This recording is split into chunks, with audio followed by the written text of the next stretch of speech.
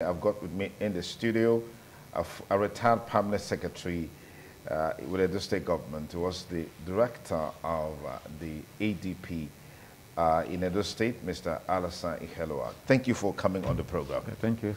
Okay. One of Nigeria's biggest problems today is the challenge of food insecurity, hunger. How did we get here? Well, first and foremost, it's good that we know exactly what is food insecurity, so that we know what we are talking about. See, food insecurity exists when the food is absolutely not available. Food insecurity also exists when it is available, but it's unaffordable.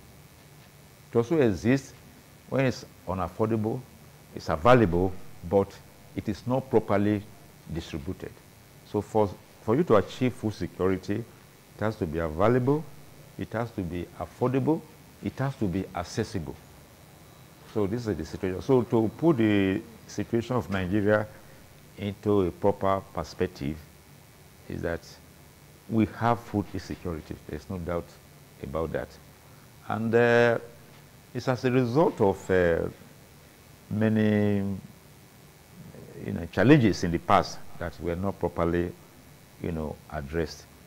One of the cardinal issue for a country to attain food security is to ensure sustained and continuing application of technology in the farm. When we use the word technology, it means newer and better way of doing things. Okay. Newer and better ways of doing things is technology. In fact, it's a smart way of doing things.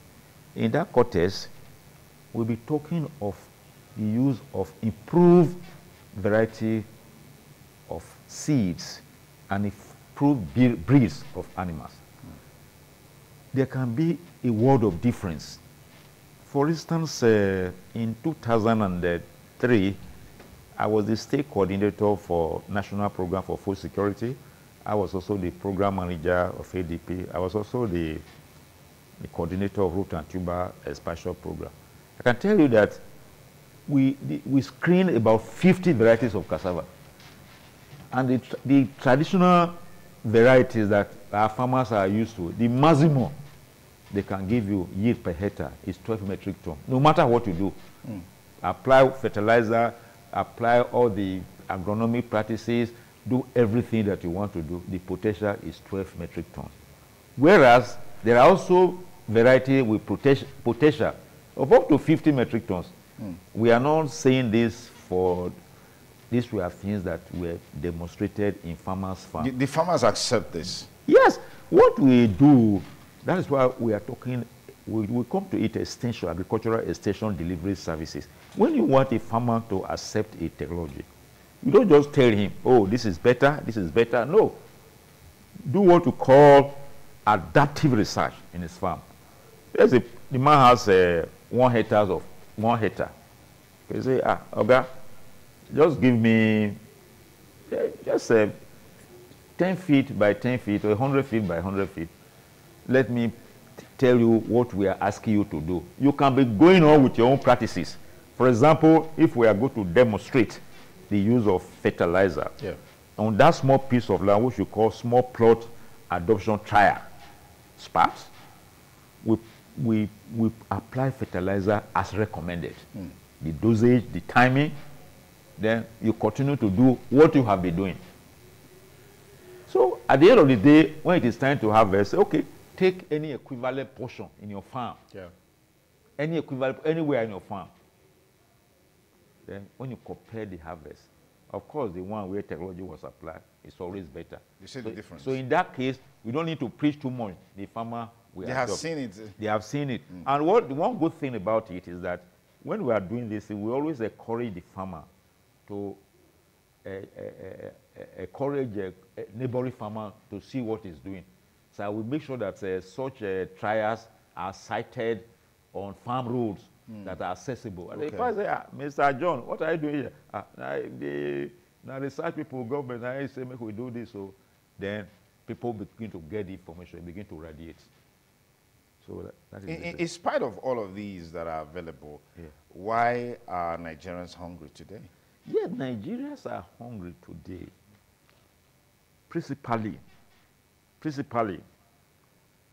because of because of insecurity in the farms. Sometime in 2020, I wrote an article for FAO, and I said if care is not taken, Nigeria was going to degenerate to a situation like Somalia. We cannot run away from the fact that farming is done in the bush. Farming is done in the bush. Although we have urban agriculture, but the extent, the scope is limited. Yeah.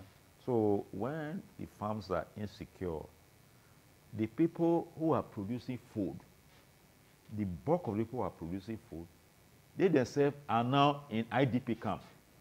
So they are now being fed. So the people who are, it's like the doctor who is going to treat you, is now in the hospital being treated. so it's a complex problem. It is. It's a complex problem. But beyond that, we have also said that, you see, when situations arise, you think out of the box, you see how you can manage the situation. We cannot allow ourselves to perish because there is insecurity. So we are also recommending, as is done in some advanced countries, what we call urban agriculture. Urban agriculture is to ensure that whatever space available in your environment, in your home, is maximally used. Agriculturally. We have what we call hydroponic. If you go to Japan, they don't have land. So find that rooftops, they are devoted to production of rice. On rooftops? On rooftop, what does a plant need? What a plant needs is a medium that will supply the nutrient that the plant needs, a medium that will supply water, a medium where sunlight will be available. Anywhere you have it, food will be produced. That also explains why you have crops growing on houses in Nigeria. No, that is it. So it could have been. So what I would say, all the empty plots all over the place can be devoted. And people always complain, oh, I don't have land, I don't have land, I don't have land. But we are saying that now the technology is moving fast. People are producing yam. People are producing yams and other crops in polythene bags. At home? At home. Do we have an estimation of the available land mass in urban areas that could be deployed for agricultural purpose? We have not done a survey on that. I don't want to. But I know that when you drive around on your own, you will see a lot of empty spaces. If these are developed to farm, apart from solving the problem of insecurity, they are clear. They also provide food. But what I'm even saying is that even within your living premises, like where I live, it's accessible to anybody. I have just 10 coconut trees planted around the house. Apart from acting as shade and weed break, each of those coconut trees produce nothing less than 200 coconut seeds, nuts every year. You can imagine 200 times 10, and one coconut is now 500. So I used to tell my children that, what is food security? Assuming there was war, they say nobody can go out, the family will not perish. Yeah. Everybody will feed a coconut. The coconut we can use to make oil and so forth and so on. That is not all. We planted some pumpkin everywhere. Then we even planted some garlic inside polythene bags that are doing well. So like I said before, all that a plant needs is a medium that will supply the nutrients. A medium that water will be available. Then sunlight, anywhere you have it. Your veranda, anywhere, backyard and everything, this can be done. Then also, we are talking about snairy. Anywhere they disuse the land, in the garages and so forth and so on, you can use to produce snail. That's all they need. They just need. So what are we saying? There must be emphasis on urban agriculture in view of the situation. We are not saying that the issue of insecurity in the farm should be trivialized. That is not what I'm saying. But as a short-term measure for each individual, for household food security, you mustn't fold your hand. You must do one or two things. Okay, before we let you go, because we're really pressed for time. Yes. I've heard about, I'm sure you're aware about genetically modified seedlings, genetically modified foods. It's been there. There are serious concerns about these kind of seedlings eroding the structures of food and seedlings that we have in the country. And there are also concerns that these are structures and strategies to depopulate depopulate the world and create some of this scarcity, because these genetically modified seedlings, the traditional way we farm, like we've known over the years, you plant yam, for example. At some point, you harvest the tuber, you leave it on the ground, you produce the seedling for next season. But that's not the same with some of these GMOs. What are your thoughts? Well, my thoughts on GMO is that first and foremost, the world is an economic, structure. Every country wants to take advantage of the other. This is why we must be talking about technology. The genetically modified food, first and foremost, they are not economically beneficial to Nigeria, in the sense that the genetically modified food, the gene there for replication, for reproduction, has been tampered with. There's no doubt about that. I'm a scientist. So if I buy GMO seed, maize, for example, and plant, this year I will get a bumper harvest. But I cannot go back and use that same seed to plant. For next year? For next year. I will always go back to the seed supplier. So you are more or less perpetually and permanently tied to the apron string of the seed supplier. And these are international, this thing. So that is number one. Then number two, when we're doing research with IIT, I was very emphatic of the need for genetic diversity. Genetic diversity is extremely important. That's if it's like you are not putting all your eggs in one basket. If this one fails, you can go to this. That's why, for example, we screen up to 50 varieties. So side by side with the traditional variety, we never allow the traditional variety to be done away with, because you never can tell if there are some important genes there that you can take. So that is not all.